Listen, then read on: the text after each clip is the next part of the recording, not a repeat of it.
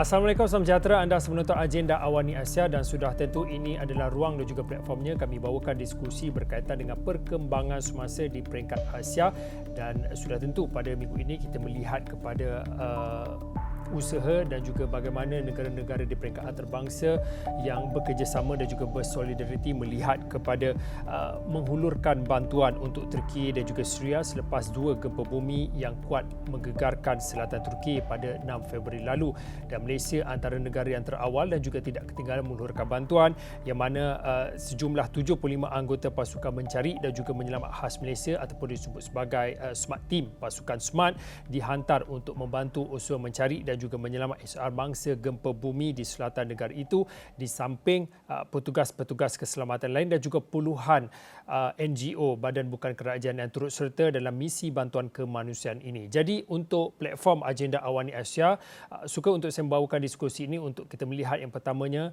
apa cabaran yang dihadapi oleh pasukan SAR bagi misi bantuan pada kali ini di fasa kecemasan, dan memasuki minggu ketiga ini sudah tentu tumpuannya teralih dan juga memberi tumpuan kepada khususnya kepada fasa pemulihan membina semula Turki dan juga Syria. Jadi untuk waktu ini kami boleh saya bersama dengan dua tetamu. Yang pertamanya Datuk Dr. Ahmad Faizal Muhammad Firdaus, Presiden Mercy Malaysia, dan keduanya saya bersama dengan Zhang Hong, wartawan kumpulan media Cina CMG, yang mana Zhang Hong sentiasalah berkongsi daripada perspektif Cina. Zhang Hong, kalau boleh saya nak mulakan dahulu dengan Datuk Dr. Ahmad Faizal. Datuk, kalau boleh dikongsikan pada waktu ini, saya difahamkan Mercy Malaysia sudah pun berada di kawasan ataupun di bumi Turkiye di beberapa kawasan, antaranya di Osmaniye, Kahramanmaras dan juga Gaziantep, untuk melakukan ataupun untuk menjalankan misi bantuan kecemasan, dan juga pada ketika ini fokusnya kepada fasa pemulihan. Kalau boleh dikongsikan pada waktu ini perkembangan semasa misi bantuan digerakkan oleh Mercy Malaysia. Terima kasih. Buat masa ini sehingga hari Khamis Jumaat 17 hari bulan Februari 2023, kita Mercy Malaysia telah pun ada 3 buah pasukan di Turki, dan mereka terdiri daripada yang kita hantar daripada Malaysia semua sekali berjumlah lebih kurang 13 orang. Mereka juga disertai oleh beberapa orang sukarelawan perubatan kita di Turki, yang mana itu jumlah 3 orang lagi, dan ini menjadikan jumlah keseluruhan pasukan kita di sana sekarang sebagai sampai 16 orang.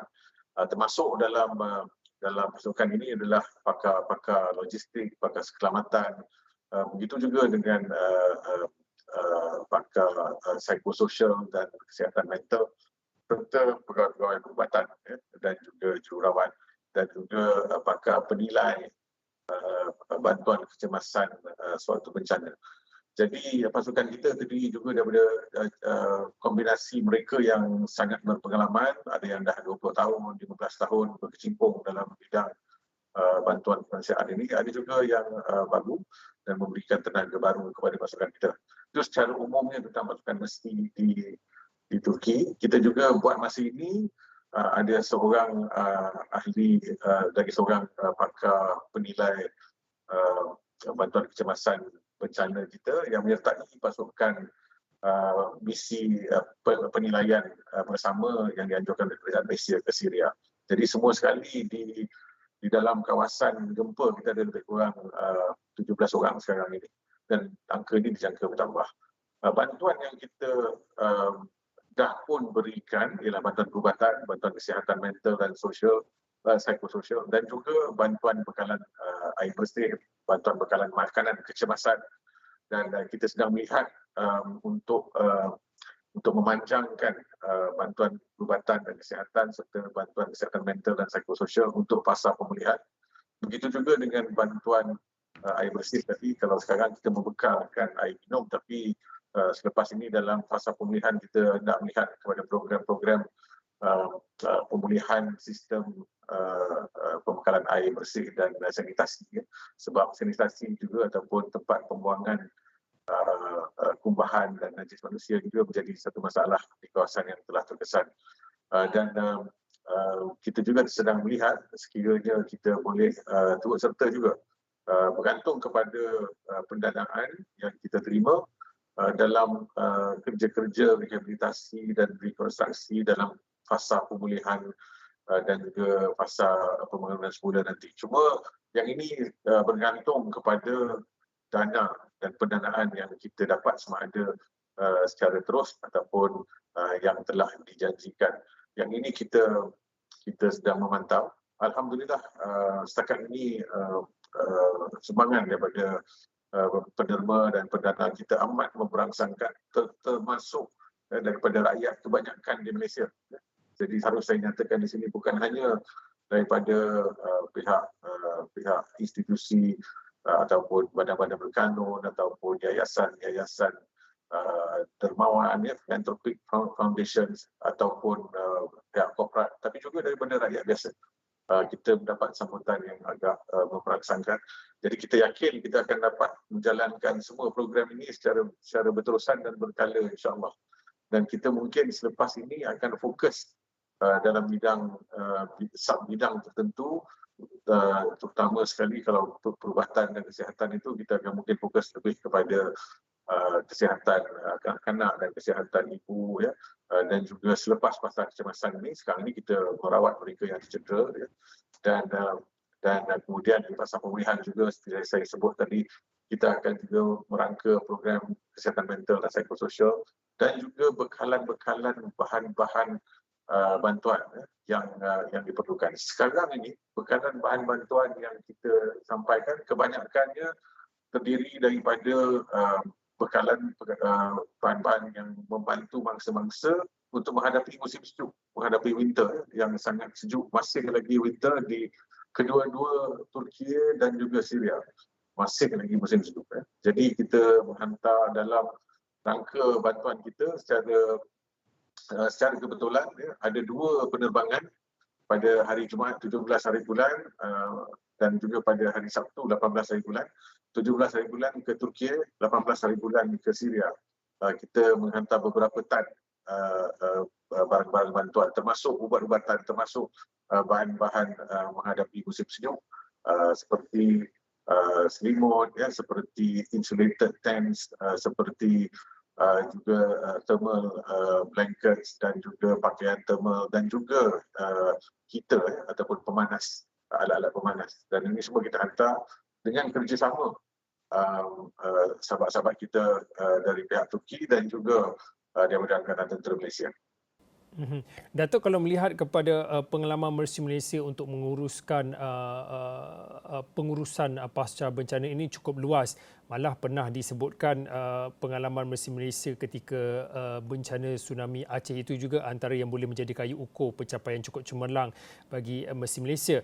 Tetapi untuk kita melihat setelah 2 minggu bencana yang berlaku di selatan Turki ini dan kita memasuki pada minggu ketiga, sudah tentu ada cabaran-cabaran yang cukup berbeza berdasarkan pengalaman-pengalaman pengurusan yang pernah dilakukan oleh Mercy Malaysia. Itu nanti saya akan tanyakan kepada Datuk. Saya nak bersama dengan Zhang Hong. Zhang Hong, saya percaya China juga antara negara yang terawal juga yang menghulurkan bantuan, bukan saja melihat kepada pasukan mencari dan juga menyelamat, turut disertakan ataupun dihulurkan bantuan berupa kewangan. Mungkin boleh dikongsikan tentang sumbangan dan juga bantuan yang diberikan oleh China untuk mangsa-mangsa gempa bumi di Turki dan juga Syria ini. Terima kasih. Ya, memang kalau China juga merupakan satu negara sebenarnya banyak kali dilanda oleh gempa bumi atau berbagai bencana yang lain. Oleh itu ketika gempa bumi yang dahsyat berlaku di Turki dan Syria, kita memang segera menghulurkan bantuan dan menyampaikan simpati. Dan reaksi yang paling atau respons yang paling cepat dari Persatuan Palang Merah di China dan Persatuan Palang Merah China masing-masing menghantar dermawan wang kepada kedua-dua negara segera baru berlaku bencana tersebut. Dan seterusnya kerajaan mengambil tindakan, iaitu kalau terkait ini, kalau kerajaan pusat sudah menghantar pasukan pencari dan penyelamat sebanyak 82 orang, tambah lagi kalau kerajaan wilayah otonomi Hong Kong, wilayah pendabiran khas Hong Kong, dia pun sudah menghantar satu pasukan. yang terdiri daripada 59 orang.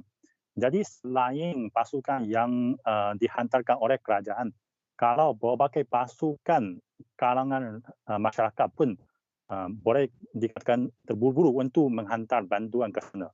Kalau pasukan dari kalangan masyarakat ke sana, sekarang ini sudah mencapai lebih kurang 450 orang.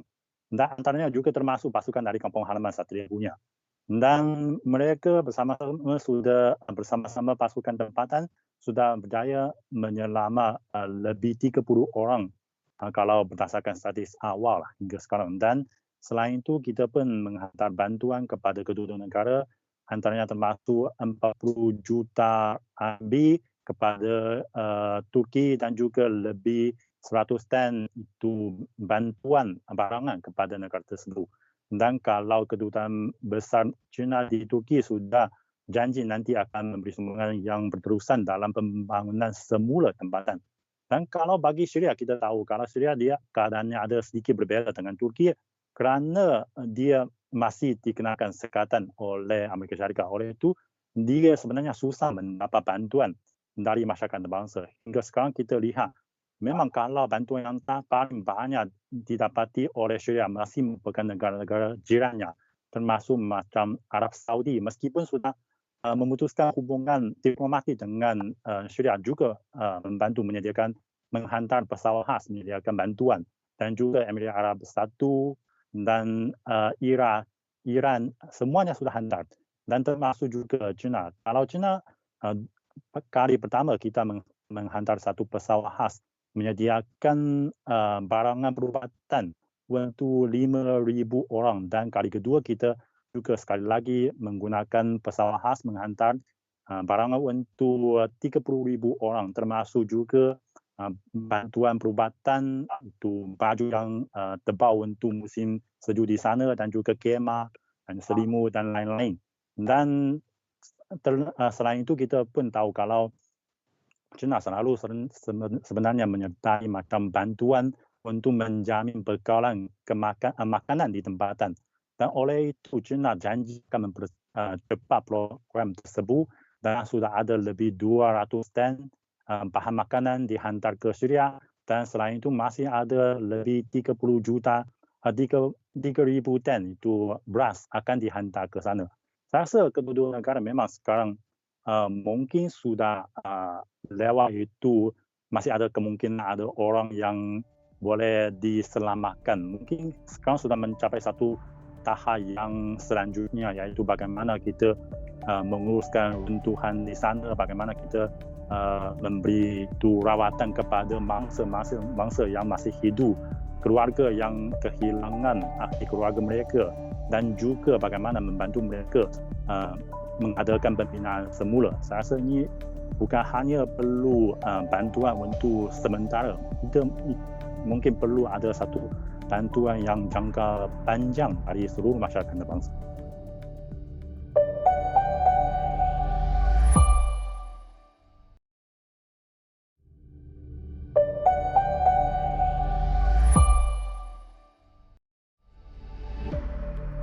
Datuk, mungkin boleh kongsikan juga, tadi disebutkan oleh Zhang Hong perlu juga kita melihat kepada bantuan jangka panjang. Tetapi untuk waktu ini, saya nak kembali kepada aspek melihat pada cabaran memasuki minggu ketiga pasca gempa bumi di Turki dan juga bersepadan dengan Syria.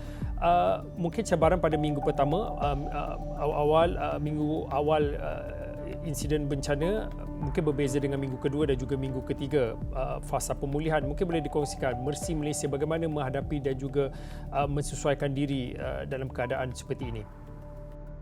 Baik, yang pertama sekali gempa kali ini agak unik sebab selain daripada mempunyai satu titik fokus epicenter yang utama, ia juga mempunyai beberapa titik fokus epicenter gempa yang lain juga. Jadi 7.8 pada skala Richter itu gempa yang terkuat yang pertama, tapi yang kedua dan susulan yang keempat, kalau tak silap saya, juga lebih daripada 7 pada skala Richter, 7.6 dan 7.4. berdekatan dengan kawasan Karaman Maras, ya, dengan bandar Karaman Maras, dan cuma lokasi tepatnya berbeza sedikit. Dan ini telah menyebabkan kerosakan berganda dan impak yang berganda di kawasan yang agak luas, ya, yang panjang, dalam lebih beberapa ratus kilometer daripada sebelah barat ke Hatay, ya, Antakya di sebelah barat, hingga ke Adiyaman dan Diyarbakir di sebelah timur. Ya. Cuma fokusnya yang paling teruk memanglah di kawasan Karaman Maras, Gaziantep, dan Osmania. Jadi ini cabaran yang pertama. Sebab selalunya epicenter itu ada satu, ya. Yang ini ada beberapa, dan jangkauan kesan gempa itu juga panjang ke timur dan ke barat. Ini bermakna lebih 10 bandar yang boleh dikategorikan sebagai bandar besar atau bandar raya telah terkesan, kan? Hatay, Gaziantep bukan bandar kecil, bandar yang ada beratus ribu penduduk setiap satu. Jadi ini merupakan cabaran yang pertama, ya, dan memang sudah ada. Ini telah menjadikan minggu pertama menjadi cabaran untuk semua pasukan, ya, selain daripada pasukan mencari dan menyelamat, ya, semua pasukan dalam apa fokus sekalipun mempunyai masalah logistik yang besar. Sekarang ini, pada saat ini, laporan yang mutakhir yang kita terima ialah perjalanan, ya, daripada Osmania misalnya ke Gaziantep yang selalunya mengambil masa 4 jam, pada sehingga hari Isnin baru ini, ya, iaitu seminggu selepas gempa, masih lagi mengambil masa 10 jam, ya, disebabkan oleh kerosakan jalan raya, jambatan dan sebagainya. Sekarang ini dia sudah sedikit berkurang, sudah baik sedikit, ya, sudah 6-8 jam begitu. Jadi ini merupakan perubahan yang sedang berlaku. Ya. Namun cabaran yang kedua tetap ada. Walaupun cabaran kerosakan yang menghambat penghantaran bantuan itu tetap ada akibat kerosakan, cabaran climate, ya, ataupun iklim tetap ada. Agak berpanjangan kali ini musim sejuknya. Ini sudah pun masuk minggu ketiga Februari, ya, masih lagi sejuk di selatan Turki dan juga utara Syria, di mana kesan gempa ini paling kuat, dan banyak kawasan masih diliputi salji dan salji masih turun, ya, dan di kawasan yang tidak ada salji pun masih sejuk, terutama sekali di waktu malam. Ini mengakibatkan cabaran bukan sahaja pada mereka yang jadi mangsa, tapi juga pada pasukan yang menjalankan kerja. Dan seperti mana Zau sebut tadi, sekarang ini dah nak masuk hampir habis minggu kedua, kita akan lihat bahawa kerja-kerja mencari dan menyelamat akan berubah kepada mencari dan mendapatkan balik, ya, mangsa-mangsa, jenazah mangsa-mangsa, dan juga memulihkan kawasan-kawasan timbunan, ya. Cuma sebab mereka yang terselamat mungkin sudah tidak ada lagi, ya. Cuma sekarang ini cabaran dalam minggu kedua inilah seperti Zau sebut tadi, bagaimana hendak mengalihkan timbunan-timbunan yang besar tadi, ya, yang kerosakan tadi, dan bagaimana hendak mengadakan kawasan-kawasan yang selamat untuk mereka yang telah kehilangan tempat tinggal untuk berteduh buat sementara. Sekarang ini pun sudah lebih daripada 1 juta lebih rakyat Turki yang berteduh di pusat-pusat pemindahan sementara. Di sebelah Syria, keadaannya lebih teruk lagi sebab tidak ada pusat-pusat pemindahan sementara yang sistematik, ya. Dan ini adalah cabaran kita. Dan apabila masuk fasa pemulihan ini, kita harus melihat dengan lebih mendalam dari segi seperti saya sebut tadi, bekalan air bersih, ya, sanitasi, juga beralih daripada pack makanan sementara kepada menyediakan, ya, fasiliti makanan dan juga memasak untuk sementara mana yang boleh, ya, untuk mereka yang berteduh di pusat-pusat ataupun di kawasan perkhemahan sementara, ya. Jadi ini adalah tumpuan-tumpuan yang akan berubah, dan apabila kita sampai ke hujung bulan ini, bulan Februari, di mana kita akan masuk fasa pemulihan sepenuhnya, cuaca akan makin panas, ya.